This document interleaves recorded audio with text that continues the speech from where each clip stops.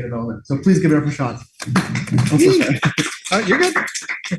Hi, yeah, so my name is Sean Weiland. I'm the program manager at Kings Isle Entertainment, which is a weird title. I didn't have it before getting it there. What was the title? What's that? What was the title? Program manager. So I'm in production, but I'm not a producer or a production manager. I'm a program manager, so I'm a little bit more people focused, which is great for me because that's kind of how and why I got into video games. So I have a master's degree in video game development and production management, and I wrote my master's thesis, or did my master's thesis research on how to curb burnout in the video game industry, specifically whether or not that could be tied to production concepts in other fields. So for me, I researched theater because I got my BA in theater. And I very much like the idea of video game companies keeping development teams together over time, in repertory, if you will, which is what in theater you would call production or teams, actors, and stage managers, and prop artists, and sound designers all together for a long period of time over multiple productions. I think that's what video games need. It's actually why I like being at Kings Isle.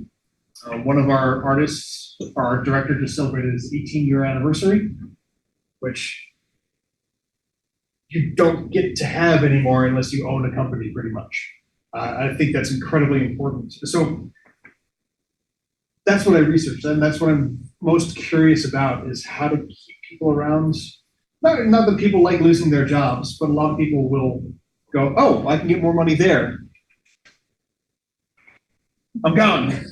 Because that's also one of the reasons you have a job, is to make money, not just to make the thing. You have to make a living. So it's even though I studied production, I studied how the ins and outs, what's a scrum, and how does waterfall work. Those are all great ways to organize work, but keeping people around and keeping people interested and being interested in people, I think, that's what gets me going in the morning. So I didn't prepare a full talk because I have a lot of jobs. So I'm a program manager, that's my day job. I'm also a professional voice actor. I do commercials, I do video games, I do movies, I do cartoons. And in the past, I was a bartender. That's how I got myself through indie games, which I did indie games for a long time. So doing indie games, I also had to pay the bills, which meant bartending. And I got to do all these things by networking, by going to conferences, by going to unconferences, by just showing up at random places to meet with people. And I found networking incredibly helpful. And I've noticed that as I go places, people often talk about, well, how do you network? And the answer is going, hi, what's going on? I know you're all talking, but can we talk? And it's incredibly uncomfortable. But I found different ways to kind of hack my own self-doubt into being able to talk to people. So out of all that, I can talk a little bit about each thing, or if there's something people are more curious about, say production or audio, voice acting specifically. I started out actually in audio before I got into voice acting, because I thought I'd be a great sound designer. I can't write music, so terrible sound designer. I can edit audio very, very well, but that just makes me a better voice actor because I can edit dialogue very well, which I found out just over time. So if anyone has, if anyone shouted out or raise your hand, want me to talk about a certain thing, I can do that, or I can just do an overview of everything. Cool. Topics. So I can talk about production and my kind of in production, getting into production of what I do. I can talk about voiceover. I can talk about networking. I could talk about indie games, but I think you've gotten a lot of indie game talk today already. So I did do game reviews for a while. Again, I've had a lot of jobs. Yeah, for shits and giggles, since you brought it up. I feel bad. I just totally stole the thunder down here. You're both gonna get it. Well, since you brought it up, there's some waterfall and Scrum. As a program manager right now, are you at a software company or a game studio? I'm at a game studio. Games and you guys are actually implementing Scrum like normal software people? Already implementing Scrum. Not, I'm gonna say more on the no side. We do have certain departments that are using Scrum. So Scrum is agile methodology. It's very, very helpful for developing new products when you don't know what you're doing. Which is where I thrive. That's like my jam. I love being thrown into situations where I don't know what's going on. Ta-da! I drove down from Dallas this afternoon, and I had no idea what was up. So Scrum is there kind of as make cyclical cycles of development. Sorry, that was needlessly repetitive. But you have cycles of development where you review and check your work and share what your development process or what your progress is so that everyone else can kind of give feedback loops to the entire development cycle to create something new. And it's lovely. It's a very good way to share work. However, if you're not making something new, it tends to be kind of tedious and it tends to bring up a lot of meetings that you don't really need. And it can put people off from actually getting work done, especially when you know what the work is. So I work in Kings Isle. We have two main games. They're Pirate 101 and Wizard 101. They're both MMOs. They launched, 10 and 15 years ago, or 12 and 15 years ago, sorry. I forget when Pirate came out. But Wizard's 15 years old.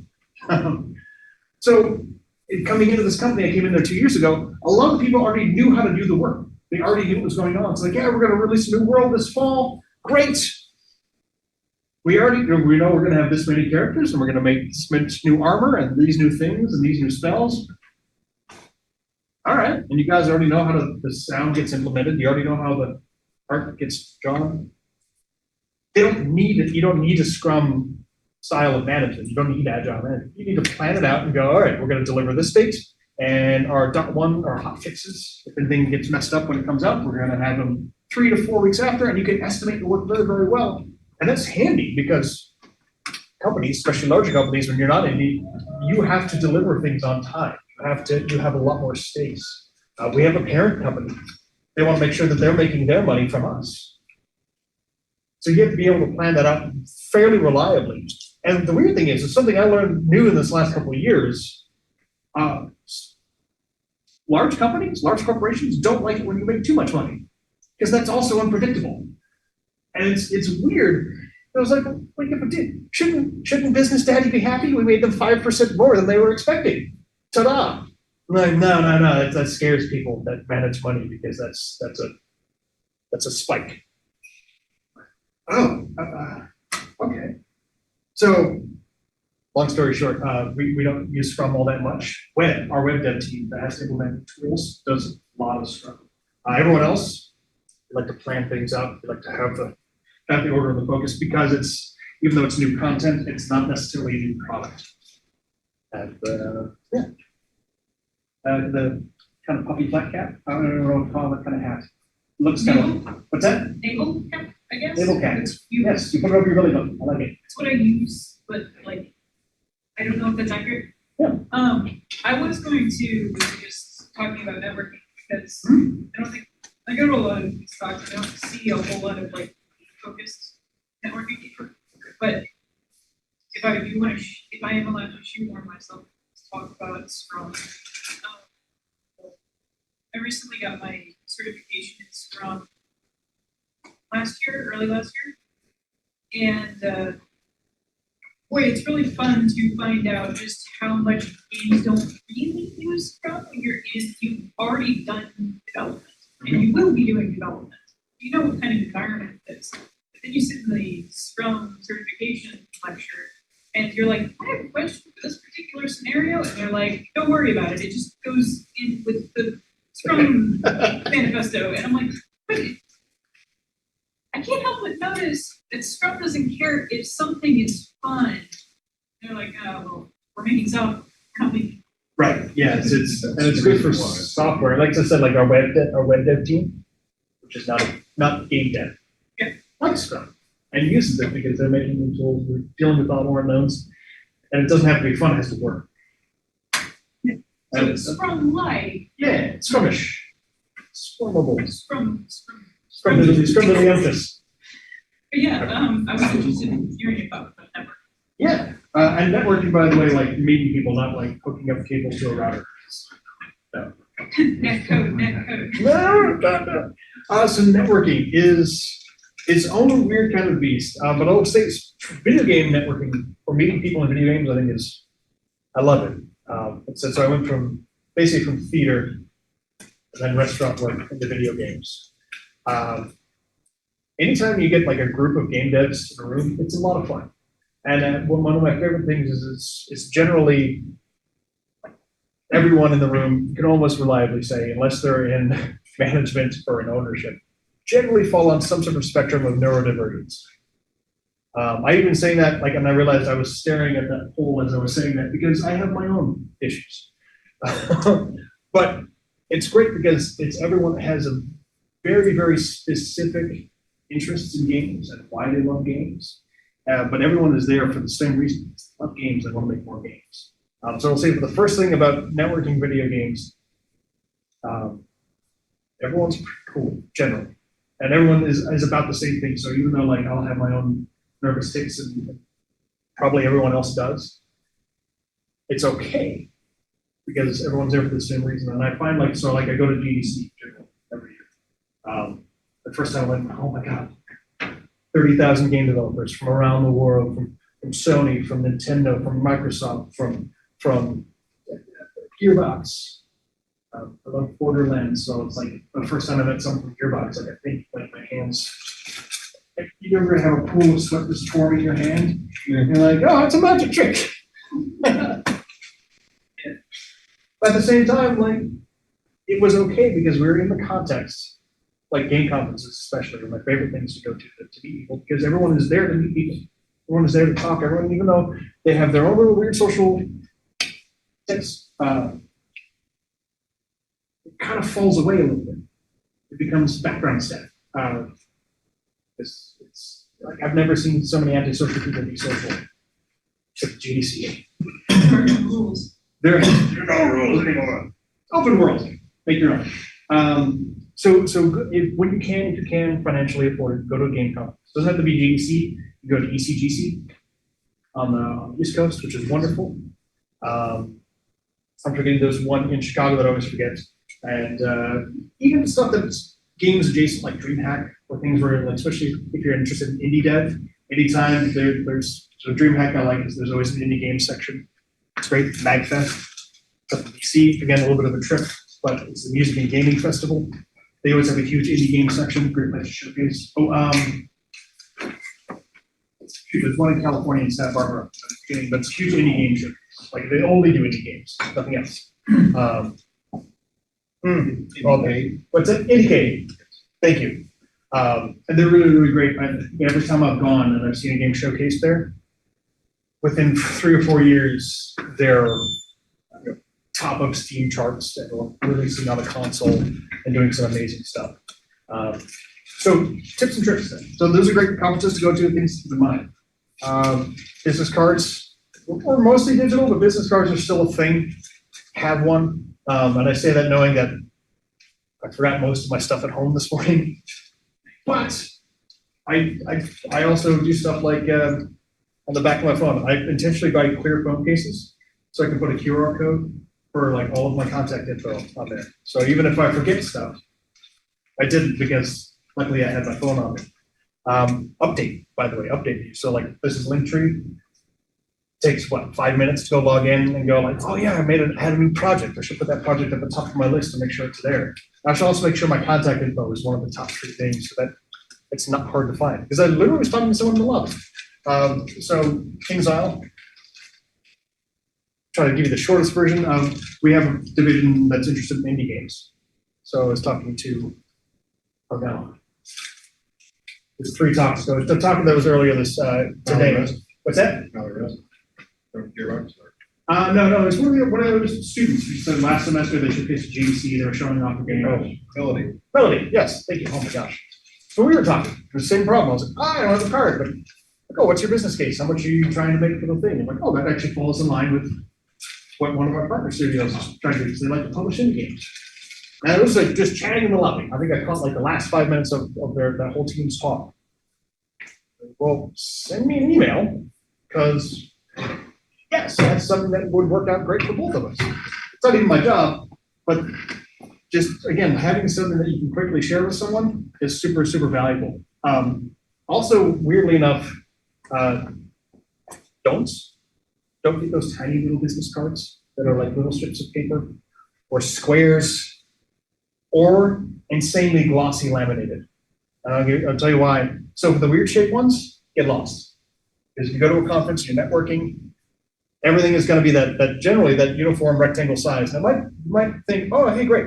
So I'll get one that's slightly oversized or slightly undersized, because when they go riffle through their business cards, they'll find mine first. No, it's going to fall out first. It's going to get lost first.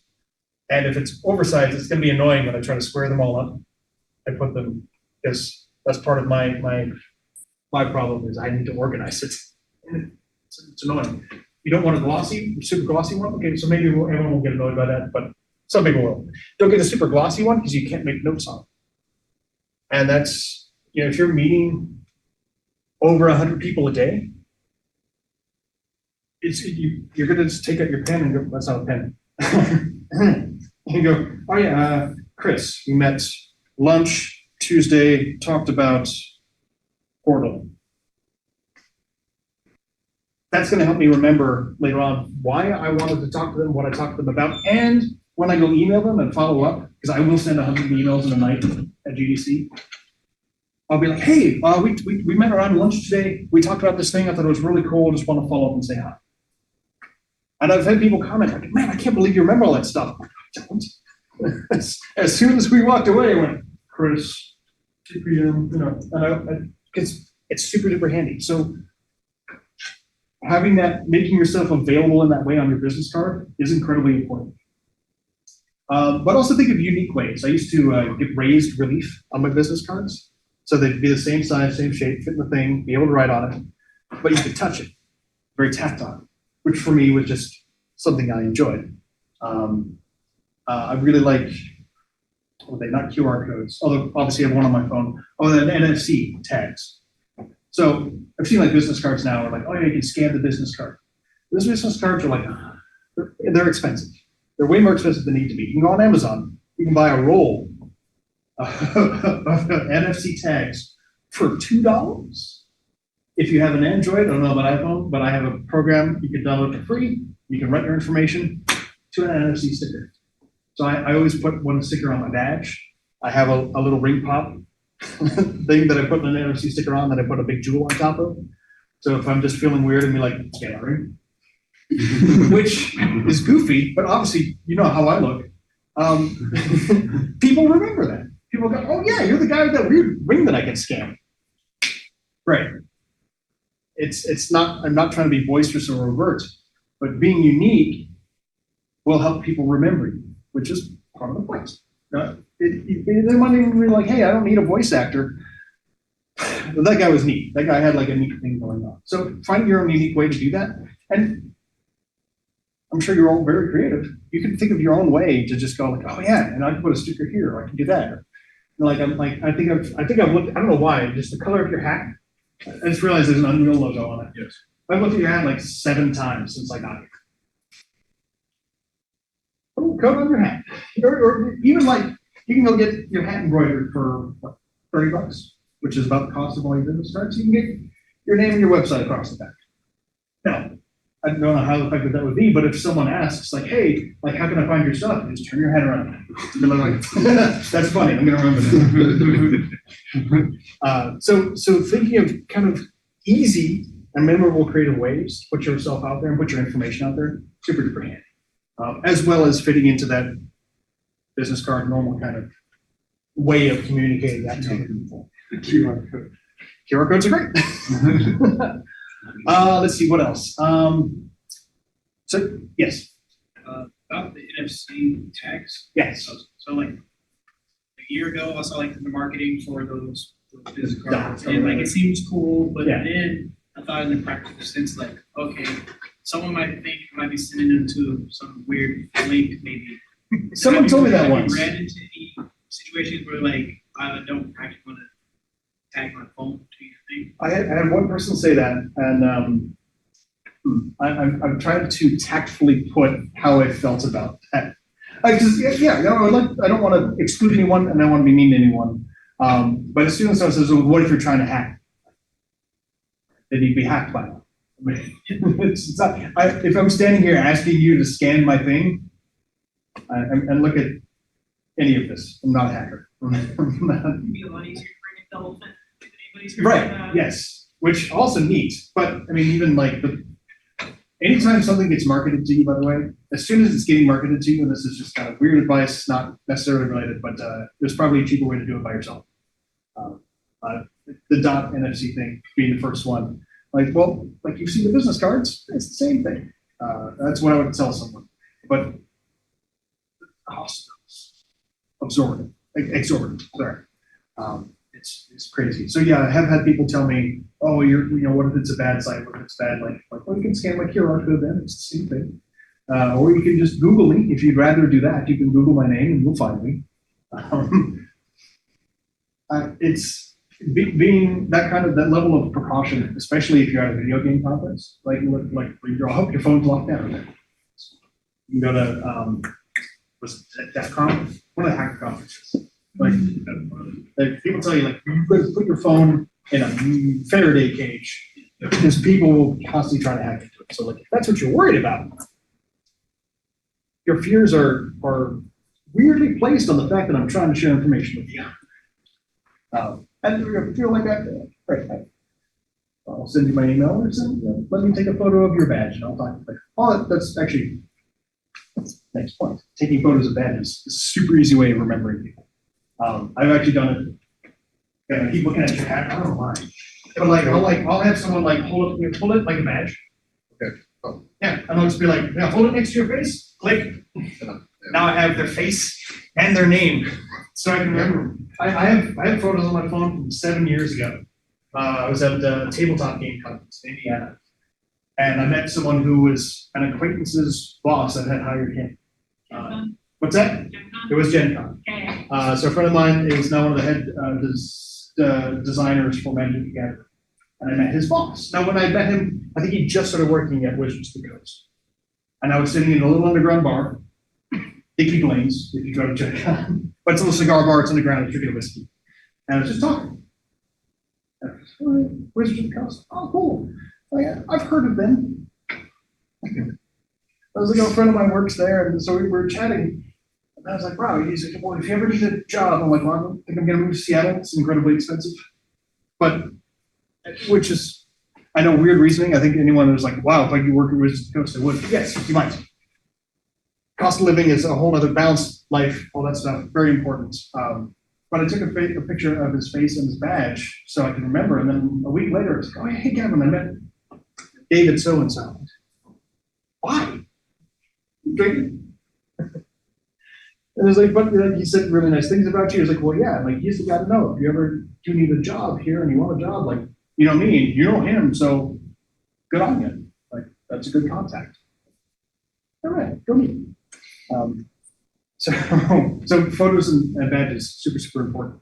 Also, everything that you do, like I said, like mentioned, writing like details on a card, which might be old tech at this point, but to organize it. I like to organize things chronologically. Luckily, like most phones now, especially like if you have an Android, like Google automatically backs up to Google. It gives me a date, gives me a time. A lot of times it geotags it. But go back and look at that data if you're ever wondering like what I was doing, and you can add notes to those files as well, so that you can go back and go, oh yeah, I was in Indianapolis during that thing, and I can write some details on there. And then you can just go back and search it later if you're looking for someone that does a certain thing or works at a certain place. That's super duper handy. And I do that with all my business cards. I organize them chronologically. And then anytime you buy them, you get a little box. I cut out little tiny file folders. It's getting really specific about my life. But I do it, and I label them by day. So when I meet people at conferences, I have Monday, Tuesday, Wednesday, Thursday, Friday, or whatever the days are. So then I can go back, because that's how my brain works. And I go, oh yeah, I met them on Monday. Oh, I must have been here, so I was doing this thing. This is the person that's a 3D artist that I like. Now that I need a 3D artist, yes, cool. And I know where that is, I know who that is. I can easily contact that person. So Yeah, stay organized and organize all your contacts. Oh gosh, so I mentioned drinking. I like to drink. Not everyone likes to drink, and that's fine. By the way, yeah, if you go to a conference, you go to the mixers, go to the after parties, go to those things. You are not required to drink. People will offer you drinks. It's perfectly fine to say no. I feel like there's a lot of pressure in that, and I come from, as like I said, I was a bartender for a long time. You don't have to, and I just want to make sure everyone knows and feels comfortable with that. Is you can find really good networking opportunities in those situations, but you don't have to drink. And even more so, I saw your hand up. One second.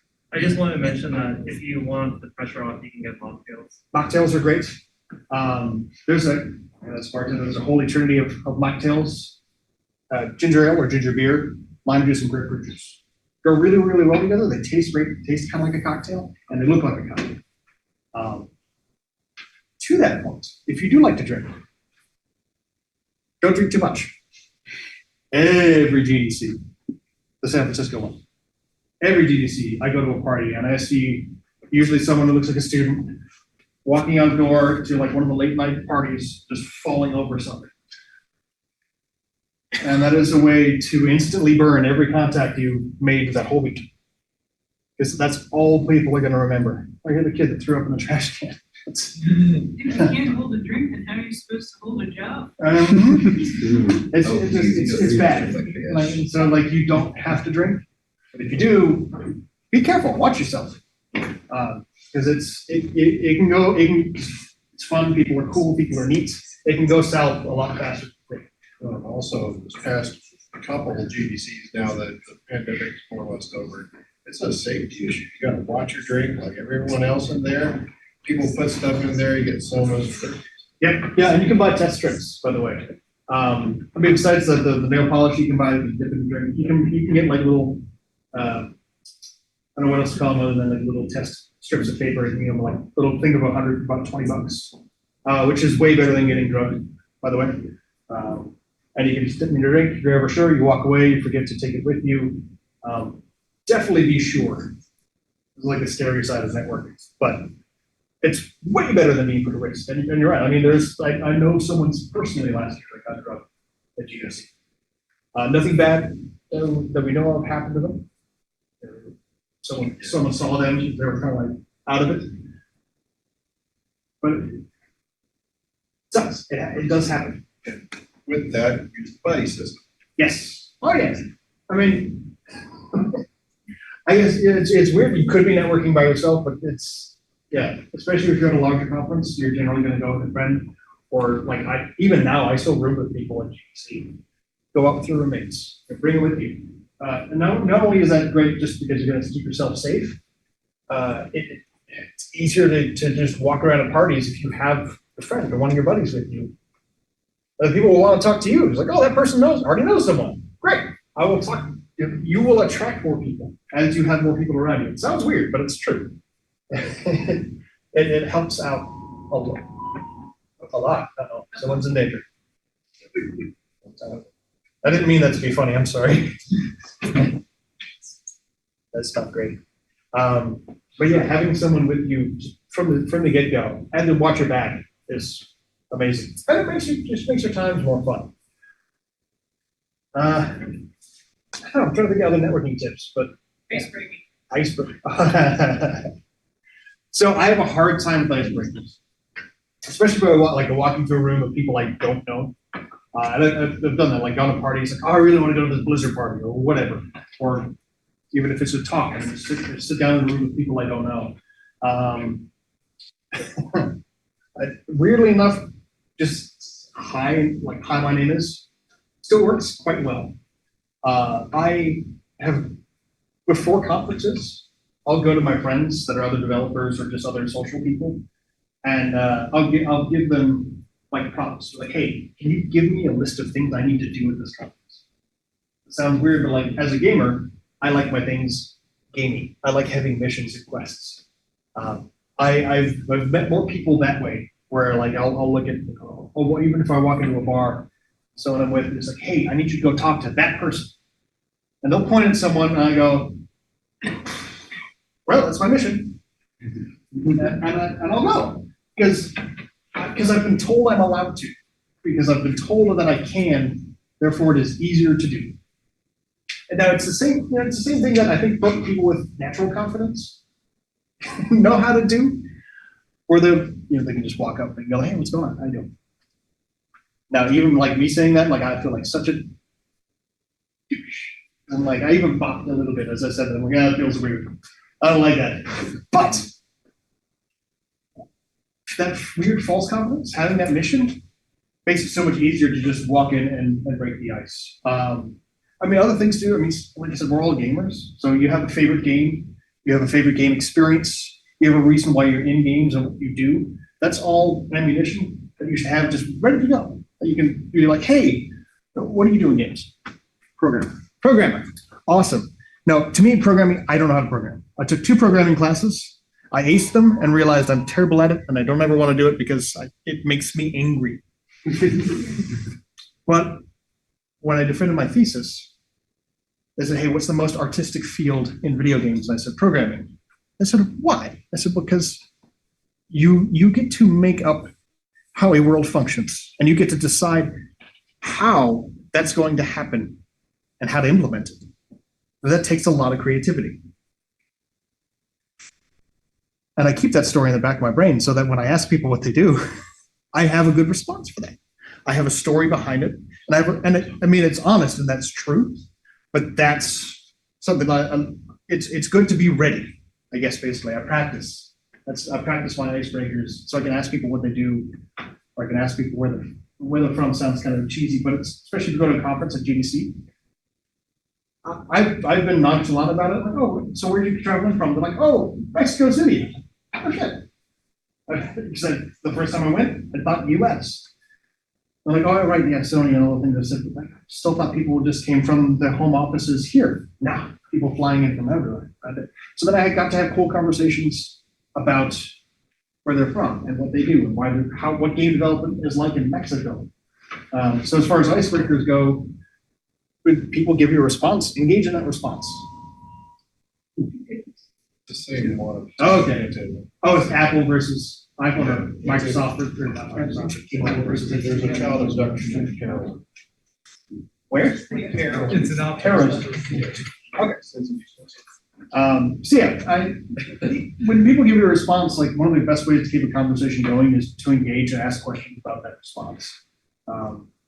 So I gave you a story, which was kind of a self-centered response, but it fed the interaction that I was trying to give you. But genuinely engage with people, and I've been more surprised by the fact that like when people like have a discipline that I'm not in. That if I ask, even if it's a basic question, because I just don't know about the thing, that leads into a great conversation and often like a great, at least casual relationship. Because I gave a crap. Or I just tried to give a crap, even if I didn't to start out with. Like, oh, I'm a technical artist. What is a technical artist? Like, why? No, art is art. Art is artistic. Why is it technical? And no, I wouldn't respond that way, and I didn't. But like, how does that work? Like, oh, I write tools and code and programs so that artists can do their job. Like, cool. So like Microsoft Paint, but better. Yeah. Yes, I am kind of an idiot. Smart idiot. Yes. But engaging with people and just asking questions about what they do when you're at a conference, why they're there. Or, oh gosh, was one of my favorite questions I used to ask was, what do games mean to you? I mean, that gives me goosebumps when I say it out loud, because we all have a reason that we like games and want to make games. But engaging with that direct motivation that people have, you're going to have some of the coolest conversations you've ever had. Because, I mean, I know I have my own reasons for why I love games, but they can get really wild and very personal, very emotional. If you're open to it and having those conversations, that's a great way to start. Maybe I'll take you. Yeah. Any other questions, or I'll just keep talking about stuff? Oh, dude, what's up? I had a question about the opposite end of the conversation. especially when a conversation goes. How to walk away? Oh wow, bastard! I'm gonna. But Irish goodbye. whenever you have a conversation, especially when it's like an after party, it's not an official networking event. How do you Oh. lead to, hey, can I get your business card? Can we exchange LinkedIn's? When something is less business related, less networking related, it's more like a casual conversation. How do you transition into something like that? I think I'm a little more used to it now.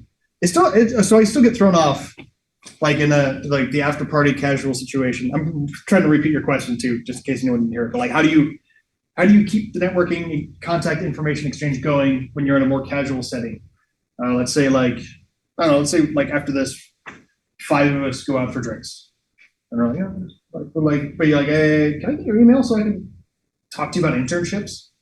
Well, that's one way, is you give the reason why you're asking for the info. You seem like a great professional contact.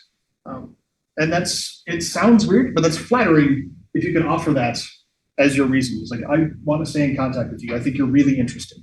I've definitely felt like it wasn't that point in time at a night. Like I've been at after parties or, been in a club at GDC and it's like, yeah, you're more than one drink in. And all of a sudden everyone's like, we should exchange info. You're like, oh, okay, yeah. And there's like 8 people in a circle. Like, this feels really weird. I don't like that as a group introduction. I think if you're out with someone and you're like, hey, I really like what you said about that thing, or I want to talk more about this. I want to hear more about what you have to say about this. Like saying like why you want to talk to someone and then saying like, can I get your email, your Instagram, TikTok, whatever. I think that's much more fun because especially like in social media, the reason you have social media is to share it generally. There's a few locked accounts and yeah, okay, well, whatever. But you ask like, hey, are you on social media? I'd like to follow you. Just the only time generally in life that you can say I'd like to follow you and people don't get creeped out, which is great. But so like, ask for and say why, and you'll generally get that. And I don't think that's really wrong at any point in time. So especially if you've been talking. Now, if you're like in a group of 5 people and your friend brought you along, and you haven't said a thing, that can be very awkward. However, being honest works the best. So let's say you're the head of Blizzard. Now, granted, they have not done well in the last few years. Visually, organizational. But that's one of the companies I grew up with. I fanboyed over them for a long time. So that's still like kind of the top of my head. So let's say you're the CEO of Blizzard. I haven't talked to you all night. Okay. Oh. So I've been sitting 2 people away, even though there's only 6 of us, and I haven't been able to see anything the whole night. I've been listening. So that's a weird way to be like, can I get your email? That's not going to work out so great. But if you're honest, that can help. You're like, hey, I've been so nervous to talk to you this whole night. I really appreciate what you're saying about this. Organizational management. Can I get your email so I can talk about that with you later when I'm not so nervous? Yeah. That's a much better way to just be honest and like own up to your emotions in the moment and your feelings. And like I have a natural stutter, and I stutter a little bit because I like Blizzard. But you just if you can own up to that and be like, hey, I wasn't ready to be able to talk to you right now. This was so unexpected, but I got to meet you. And then ask for the thing and not just kind of blurt it out. Generally much more likely to happen and much more appropriate for it to happen. And again, like even if it's GDC and it's an after party, people are still there to network. If I walk by you on the street, no, just walk by and it'll happen. You're like, you know what, that was neat. I'll walk by that person. But yeah, if you're already out and you're already in the thing, you're already within the context of that being okay. So that is okay. And if you feel weird, say you feel weird. Been surprised how often that is okay. Just owning up to the moment and saying I feel weird. People go, oh yeah, are you okay? Or why? People are generally very kind and open And especially at GC, except for the few people that, you know, are the drink monsters at night. It's pretty cool. Anything else? Can you share a couple of experiences that you had that somebody left a good impression on you that you're like, I'm gonna remember that person? Or they did something that was casual, felt natural, I don't know, right, but still kind of scored them in the long run. But still, what was the last part? And still like scored them a job in the long run. No, like I hired them. Sure, or like, Or- yeah, left a good enough impression that you remember that person. Kind of a social technique for people that have social anxiety per se that might be able to kind of implement that in networking. Okay, so something unique, someone that, for me. Sure, yeah, like an Um, experience that you've had. So, bad name, so I forget their name. But it's someone that I would consider a good acquaintance of mine. I was sitting at, so GDC happens in very large conference centers. There's long hallways with all these like meetings and presentation rooms. But generally outside of them, there's kind of like common areas with lots of tables. Like you see 12 people on the table. And then you sit down, check your phone, check your email. And someone came up to me and said, hey, I have a business card. Okay. Like, but it's also a game. Can I show you how the game works? I was like, yes, I want to play a game. And it was very simple. So they had, of course, like the contact info in one small corner of the card. There was a hole in it and some instructions on the back. The idea was it's kind of like a collection game where you like to look through the hole and find different versions of shapes. And there's like a little checkboxes on the back. And I did it. And I took out, always have a pen with you, by the way. I generally felt tip, again, better writing of business cards, but I had my pen with me, so I was like, oh yeah. And then I guess I pointed at looking at architecture in a new way. Oh, cool, yeah, I found that. And they were like, so what did you think of the games? Well, it's fun, it was a short game, it was cool. And then I sat and I thought for a moment, that's a really good idea. Like, that was really clever. Like, how long did that take you to figure out? Like, to design it as a game? Like, oh, no, it was like 2 hours, just kind of like a test a little bit and did this and that. And then I went to the printer, or printer online, and I got a hole punch. Like, okay, so that's like another couple hours of punching holes in the thing. So we then had a conversation about how they designed this game into the business card. And I remember that because that was just a clever, unique idea. They're a game designer. It's hard to put that information onto a card other than writing it. So that they thought of a very clever way to communicate that, to give you an experience, and then to give you a way to talk very quickly. Like, hey, I'm a game designer. Do you want to play a game? I have the game. Yes, that's excellent. So yeah, that's one example of just a super clever way and I remember that for that. I'm trying to think of the counter example of when I did that was cool. The ring one was recent. Some people just scanned my ring. I said I'm a bartender. Now, again, you're college students. Some of you might not drink. Some of you might never drink for personal, ethical, religious reasons. That's fine. But for me, my experience is bartending. That's from my craft. That's something I learned and I honed over a long period of time. I've run bars that have won awards. I'm very lucky for them. So when I go to conferences, I bring a bar with me. I made a suitcase out of wood that has a bar in it. Now I don't walk around the conference with that, but later at night, you know, if I'm walking around and people are obviously drinking, I'll offer to make them a drink. Same as what that person did. I've met people that have won, like voice actors have like their own kind of award ceremonies, but I've met people that are voice actor of the year. I didn't even know that because I was just getting in the industry. But I have my own bar with me. I'm like, hey, can I make you a cocktail? It'll be one of the best ones you've ever had. And it's true. And this is me just knowing that I know this one thing very well. So I'll do it and I'll make it. I'll be talking to them like I normally would with a guest or a patron.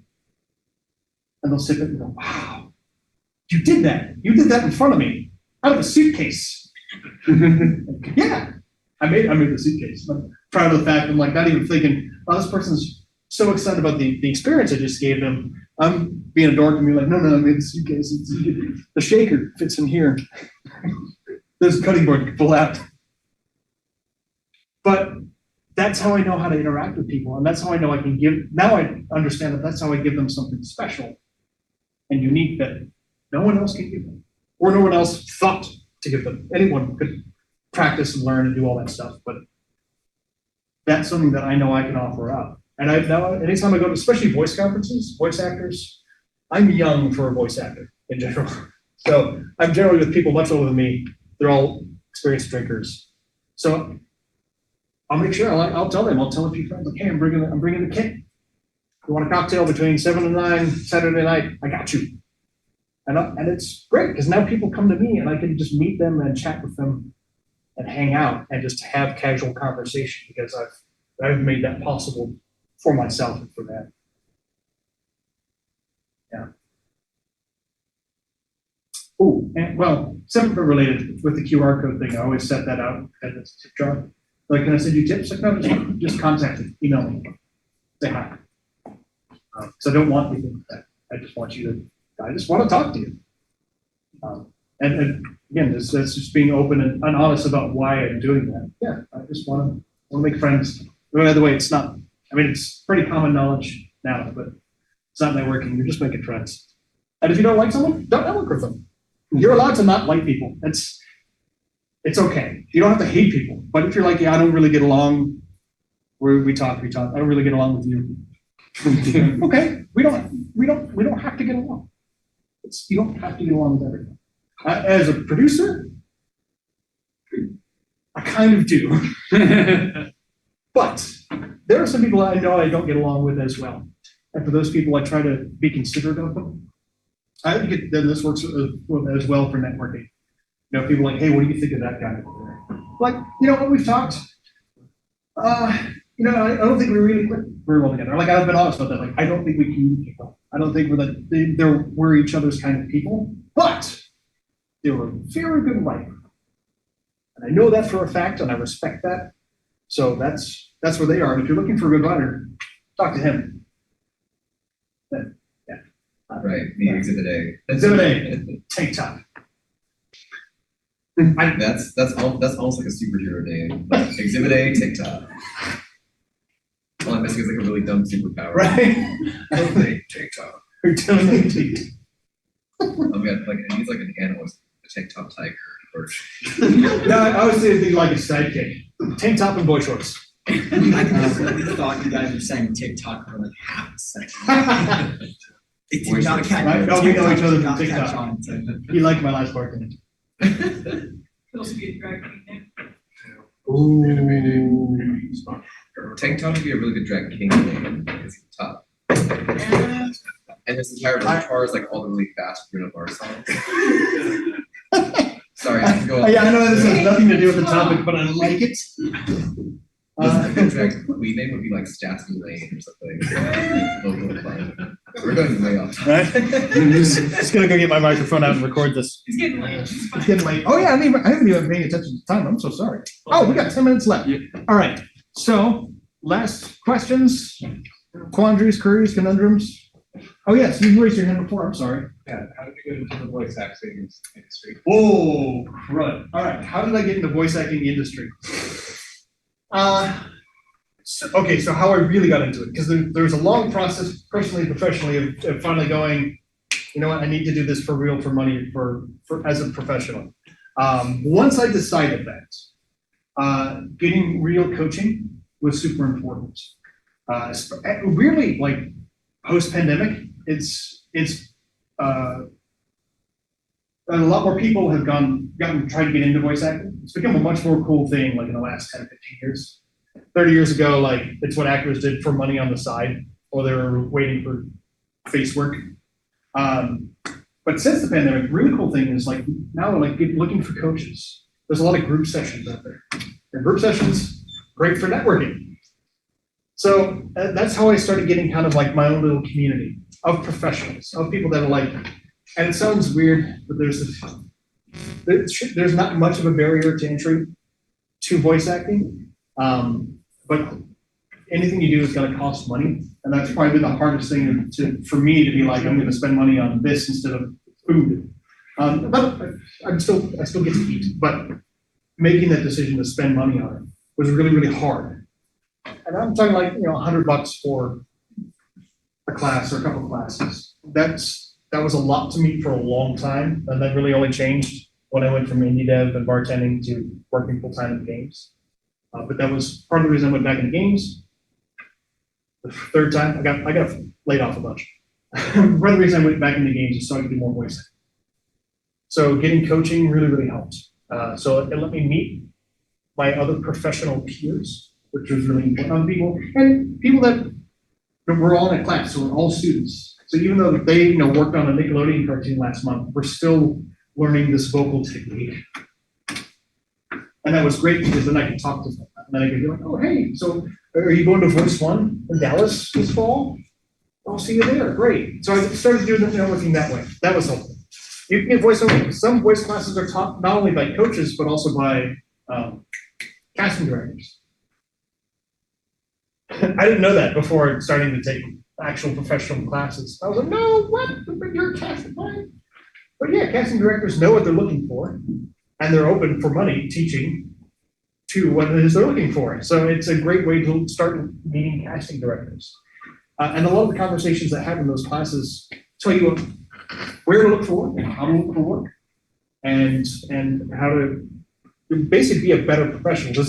I've had friends teach classes on how to manage your finances, how to be a good professional voice actor, what your website should look like. My website sucked. I didn't know it sucked until you're looking at it and go like, no, your branding's wrong. In basically not even a sentence, in 3 words, you have to describe your style, who you are. But you can do that visually. And then I was at a voice conference and I saw a talk on how to visually present yourself as a voice actor, which sounds counterintuitive because you should sound good. You don't have to look good, right? Well, branding wise, you have to have a look. Now I have a look. I look like this. But even my vocal style, commercially, it's my voice is me when I'm a bartender. I deliver lines like that and you're like, perfect, that's what I want. Seriously? You just want me to sound like I'm bartending? Okay. And that's, it works. I did a commercial for Pella Windows this last year, which for me was huge. I love Pella. Before I moved to Texas, I was in Georgia. The whole house was Pella Windows. Sorry, more to the question. How did I get into that? The classes were huge. Group classes, one-on-one classes, and not just for the information, and not just for the technique, but just for the networking. There's voiceover conferences. I think they're fantastic because they're small. They're 300 to 700 people. So you can almost meet everyone. And there's 3 or 4 of them in the US. So you could potentially meet most of the voice actors that are professionally working in 1 year. There's a few international ones, but honestly, it was J. Michael Collins, who's actually based here in Texas. I don't know how to say this politely. He is a very big personality, very big business branded, big guy. Honestly, if you thought Texas and voice actor, that's him. But he runs a bunch of conferences, and he's always at all of them. So there's a lot of overlap between the conferences too. This is what I mean to say there, is you'll run into a lot of the same people, which is great because if you're really interested in that community, and it's voice acting of any kind, whether it's video games or cartoons or TV or whatever, people will start to kind of recognizing you and going, oh yeah, that's Chris. I haven't seen them do anything yet, but they're auditioning for my thing. At least they'll give it a list, which is just like video game jobs. When an application opens, when our audition opens, it floods, and a lot of people will be applying. So having just a little bit of that recognition goes a long, long way. And yeah, so that's really how I started getting into professional, not full-time. I have a full-time video game job, but how I have work every week. How when I go home, how the reason why this bag, I'm not going to tell you how much it cost, but has basically full broadcast quality equipment in it. So I have a small computer, I have my iLock license, I have my condenser microphone, I have a stand, I have a mic cable, I have an interface, so that if I got an audition right after this, I could go do it. And that's not how I got into it, but it's how you can keep going if that's what you're interested in, is being ready to go. always being ready. Which is, might sound like, I don't know, depending on who you are, that might sound like it sucks. You're kind of always on call, but I like it. Yes. Out of sheer morbid curiosity, how big is the?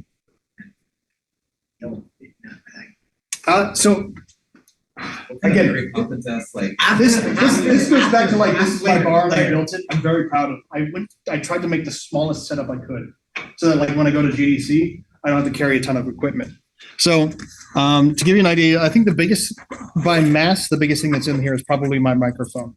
Everything else, I bought this old Dell. It was half of, gosh, what is that? Not even, one of their tablet computers. So like the keyboard was missing and the hard drive was taken out, was decommissioned from business. So I bought this on eBay for $70, put a new hard drive in it, put in a copy of Windows 10. So basically this cost me $90.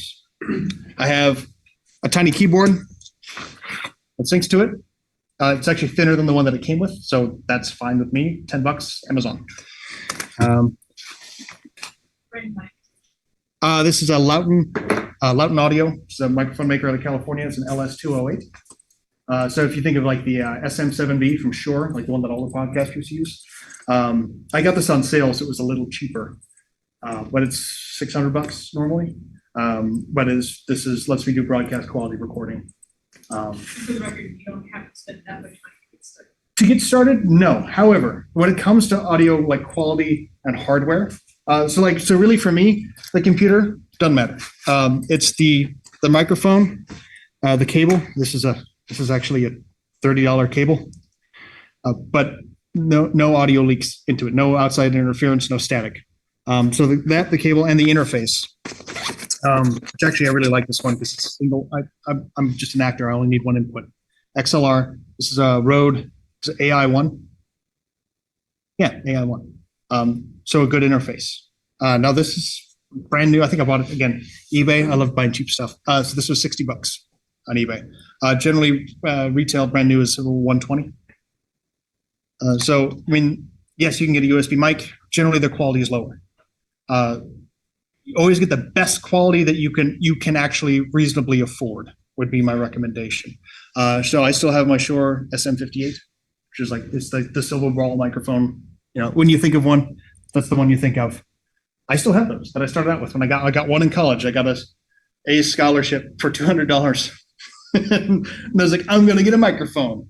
And I bought that and I still have it because it's a good mic. It's if you have the extra $20 to not get a Yeti, I got it. which is fine, and you can totally start out that way. But I've always told people like you will regret not getting the best that you can afford at the time because your quality will be that much better.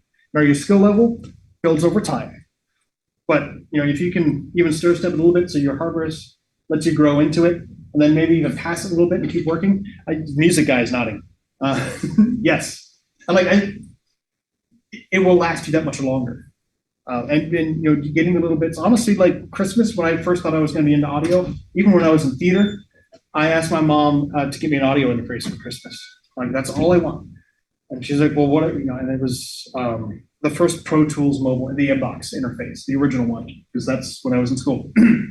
And it was expensive, and it came with a license. I actually have my iLock around my neck and my audio files and a little USB thing right here.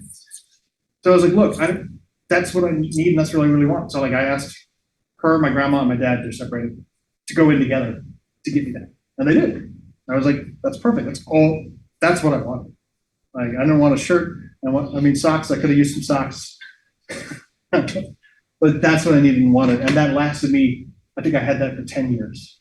And that was the only other thing is when you get really good equipment, you don't need to get rid of it. I don't know how to people I've talked to like, oh yeah, my Yeti broke, my snowball broke, I had to go get a new thing. The lower quality ones, although they will get you there, and I'm not trying to bag on them, but they seem to break over time more often. Whereas the higher quality audio stuff, the newest interface I got for home, it's made by a German company, and they still support their legacy products from 30 years ago. Holy crap! Like they don't even make this. Who uses it's a mini USB, that weird trapezoidal thing? No one. That's how it plugs into your computer? That's insane. So get good quality stuff and it's generally for audio, I find it's worth the money. And if you don't know, ask someone. Audio people, kind of like me, people are they're into their thing, man. And they will tell you all about the stuff. Sweetwater is where I get a lot of my stuff. They're kind of like the Amazon of audio equipment. But when I first got an account, I think when I got that inbox, my mom was like, "Oh, here's your account and everything. I signed you up." I know Gmail.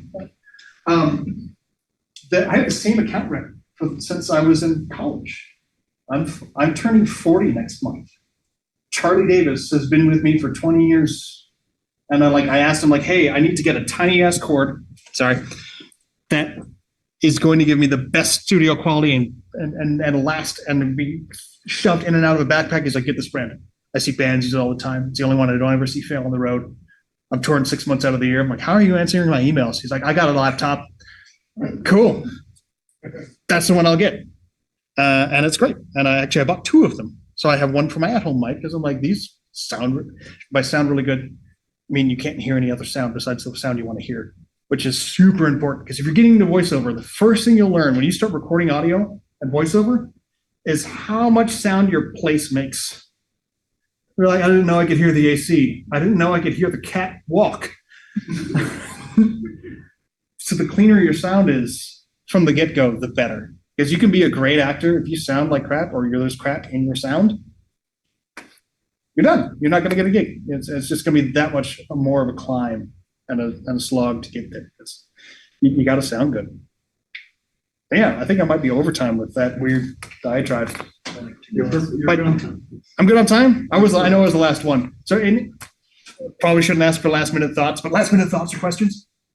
All right, cool. I'll be meandering around because I'm not driving home to Dallas tonight because that's too much. So if you have any questions, let me know. Say hi.